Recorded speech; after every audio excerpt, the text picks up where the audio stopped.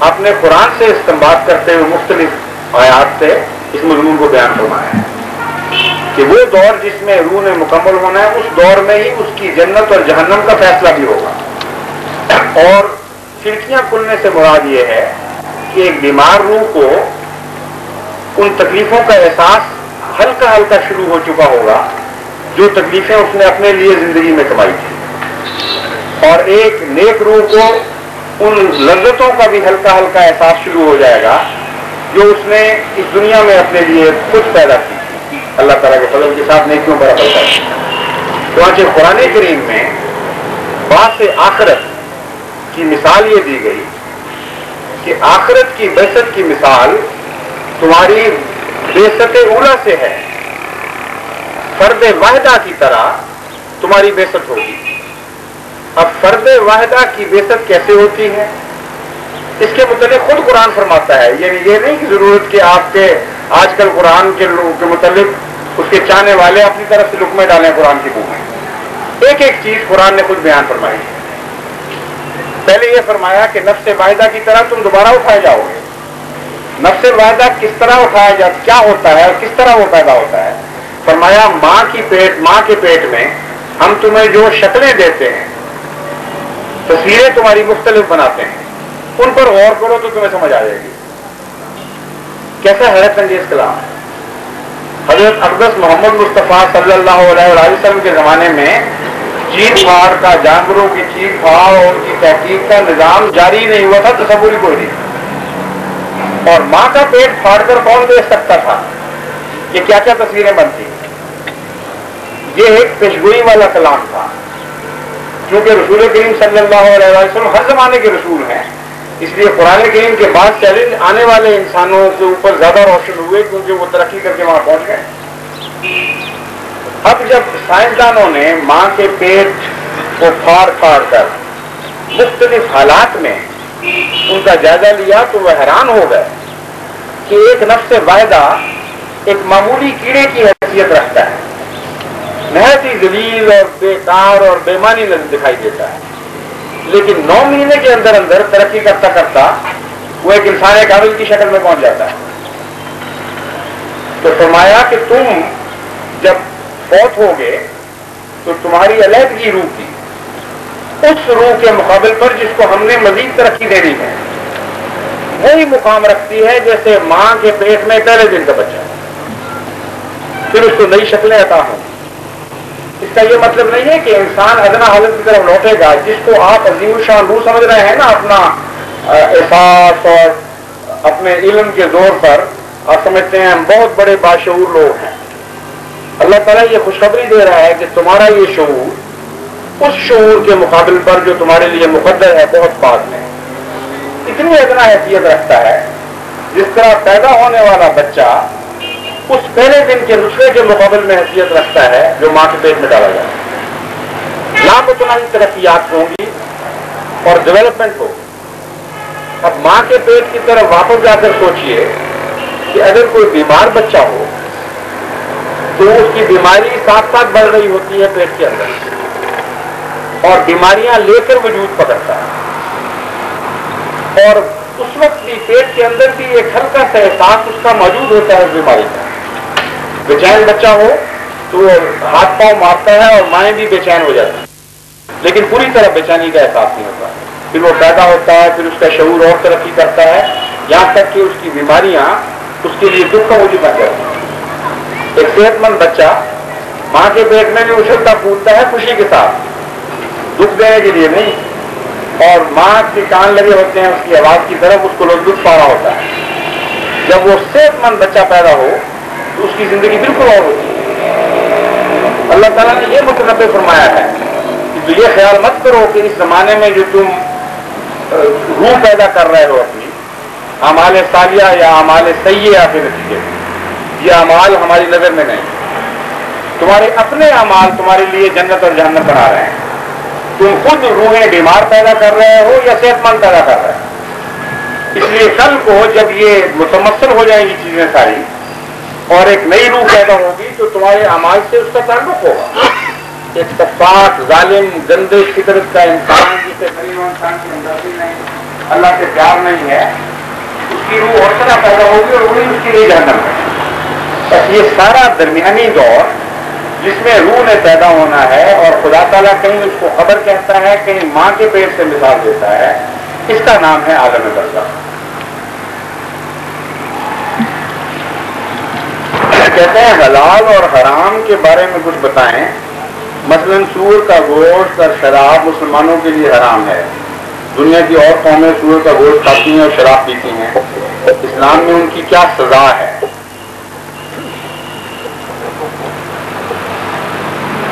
جو سزاؤں والا خیال ہے نا، یہ رجحان، یہ خام خواہ غلط رجحان پیدا کر دیا گیا ہے۔ اسلام کو یوں معلوم ہوتا ہے کہ سزا کے نمائندے کے طور پر پیش کیا جا رہا ہے، اور رحمت للعالمین کے تصور کو سزاؤں کے پیچھے اس طرح غائب کر دیا جس طرح وہ کوئی چیز ہی نہیں ہے، نعوذ باللہ من ذالک۔ حالانکہ اصل اسلام کی رحمت ہے، فوائد ہیں۔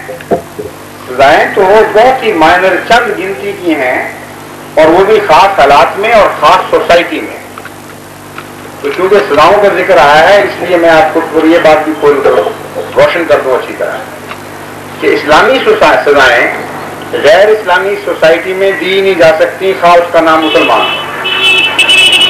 یہ بھول جائیے، کوئی دنیا کی طاقت کتنی بڑی طاقت ہو جائے، اس کے بس میں ہی نہیں ہے کہ اسلامی سزائیں غیر اسلامی معاشرے میں دے سکے۔ ایک چھوٹی سی مثال لے لیجیے، زنا کی سزا جو بھی رکھیں، کوئی کوڑے ماریں یا سنسار کریں، اس سے بحث نہیں۔ ایک ایسی سوسائٹی میں نہیں دی جا سکتی جو غیر اسلامی سوسائٹی ہے، نام اس کا مسلمان ہو بشا۔ جس سوسائٹی میں یہ امر واقعہ ہو کہ اس کثرت سے جھوٹے ملتے ہیں کہ 50 روپے دے کر کسی کی جان کے خلاف گواہی دے سکتے ہیں، لے کر کسی کی جان کے خلاف گواہی دے سکتے ہیں، جہاں کثرت سے بے حیائی بڑھ رہی ہے، اس سوسائٹی میں کوئی حکومت نافذ تو کر کے دکھائے دینا کی سزا۔ 4 جھوٹے ڈھونڈنے کے لیے 200 روپے چاہیے، جو قرآن اٹھا کر گواہی دیں گے اس معاشرے میں کہ فلاں شخص کو ہم اپنی آنکھوں سے دیکھا ہے یہ حرکت کرتے ہوئے، تو جو سچے تھوڑے سے رہ گئے وہ بھی مارے جائیں گے۔ جو پاک باز چند ملتے ہیں، یہ اکثریت کی سوسائٹی ان کو بھی کھا جائے گی اسلام کے نام پر۔ اس لیے کوئی طریق مجھے دکھا دیجئے کہ غیر اسلامی سوسائٹی میں اسلامی سزائیں نافذ ہو جائیں، ناممکن ہے۔ تو جو بات ہو ہی نہیں سکتی، وہاں یہ فکر کریں کہ اسلامی معاشرہ کیسے قائم کیا جائے۔ رحمت اور سزا کی بات تو بعد میں آئے، اب میں صرف فلسفے کے اوپر روشنی ڈالتا ہوں، 1 منٹ رہ گیا اسی کے اندر کوشش کرتا ہوں۔ قرآن کریم ایک واحد کتاب ہے جس نے کسی کو بھی شر کل کے طور پر بیان نہیں فرمایا۔ یہ فلسفہ بیان فرمایا حلال حرام کا کہ ان کا نفع ان کے نقصان سے کم ہے یا ان کا نقصان ان کے نفع سے زیادہ ہے۔ بس اس معاملے میں بھی بیلنس کسی چیز کا یہ بنے کہ فوائد تو ہوں لیکن نقصانات زیادہ ہو جائیں، اس کو قرآن کریم نے منع فرما دیا۔ سور کے متعلق تو تحقیق کے بعد اب ڈاکٹرز کو یہ علم ہونا شروع ہوا ہے کہ اس کے نتیجے میں کون کون سی خوفناک بیماریاں ہماری سوسائٹی میں جڑ پکڑ رہے ہیں۔ بعض بیماریوں کا ان کو پتہ ہے کیونکہ مادہ پرست ہیں، ظاہری بیماریوں کا، مثلا کویگولیشن بلڈ کی، اور یہ جو جالے پڑ جاتے ہیں خون کے اندر، گوشت کے اندر، اور اسے وہ مفلوج کر دیتے ہیں۔ بعض خاص قسم کے کیڑوں کی بیماریاں، ان کے متعلق سائنٹیفک ریسرچ بتا رہی ہے کہ یہ سور کے گوشت کی وجہ سے ہو رہی ہے۔ اتنا زیادہ کویگولنٹ گوشت اور کوئی نہیں جس سے کولیسٹرول ہائی ہو جتنا سور کا گوشت ہے۔ تو یہ تو ظاہری آنکھ صرف دیکھ رہی ہے، کچھ باطنی خرابیاں بھی ہوتی ہیں جو گوشت خوراک سے اثر پیدا، خوراک کے نتیجے میں ظاہر ہوتی ہیں۔ انسانی مزاج، اس کی فطرت، گندگی، کسی گندگی کو قبول کرنا یا اس سے نفرت کرنا، یہ باتیں بھی ہیں جو قرآن خدا کی نظر میں ہیں، ابھی اس دنیا کی آنکھ وہاں نہیں پہنچی۔ لیکن شراب کے معاملے میں تو خوب کھل گیا معاملہ، کھلم کھلا روز روشن کی طرح یہ ظاہر ہو چکا ہے۔ وہ سوسائٹیاں جو پہلے مسلمانوں پر اعتراض کرتی تھی کہ شراب کو منع کر دیا، حالانکہ لغو بات ہے، بڑا مزہ ہے اس میں، اب شراب کے خلاف حکومتیں موومنٹ چلا رہے ہیں. انگلستان میں بھی ایسے پیریڈ آئے ہیں جبکہ حکومتوں نے ڈرائی کر دیا ملک کو اور کہا کہ نہایت مہلک چیز ہے جس نے تباہ کر دیے سارے معاشرے. اور امریکہ میں بھی بعض اسٹیٹس نے اس کو ڈرائی کر دیا اور وہ شراب پینے کے لیے لوگ کسی دوسری اسٹیٹ میں جایا کرتے. اور اب ان کے رسالے، ان کے اخبارات، ان کے محققین وسیع پیمانے پر شراب کے خلاف مہم چلا رہے ہیں. تو اللہ تعالیٰ فرماتا ہے کہ جب میں کوئی چیز حرام کرتا ہوں تو یہ مراد نہیں ہے کہ اس میں فائدہ ہی کوئی دنیا کی چیز نہیں ہے جو فائدے سے خالی ہے. ہاں یہ ہم کہتے ہیں کہ ہماری نظر اس بات پر ہے کہ تمہارے معاشرے کے لیے، تمہاری بھلائی کے لیے بہت ایسی چیزیں ہیں جن میں فائدہ تو ہے لیکن نقصان زیادہ ہے. اور جہاں بھی نقصان زیادہ کا اصول ہے وہاں اللہ تعالیٰ نے حرام قرار دیا. یہ ہے فلسفہ حلال و حرام کا جو اسلام کا ہے، اور یہ اسلام کا امتیاز بھی ہے. دنیا کے کسی مذہب کی کتاب میں یہ حلال حرام کا فلسفہ پیش نہیں. اگر وہ غیر مذہب والے موجود ہیں تو بے شک تلاش کر کے دیکھ لیں. میں نے بہت مطالعہ کیا ہے. اشارتاً بھی اس عظیم الشان فلسفے کا کسی دیگر مذہب میں ذکر نہیں ملتا. بس یہ سوال جو ہے یہ تو اسلام کے مزید انسان کو قائل کرتا ہے، نہ کہ اسلام سے دور لے کے جاتا ہے. اچھا یہ 2 بجے تک 1:30 بجے کی بجائے بات چلی تھی.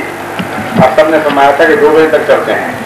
آگے بہت سے دلچسپ سوالات باقی ہیں تو میں گزرتا رہتا ہوں یہاں سے. انشاءاللہ کبھی آئندہ آؤں گا تو یہ آپ سنبھال کے رکھنے سوال. علاوہ بھی اور اکٹھے ہو جائیں گے تو ہم انشاءاللہ ان کا جواب دیں گے.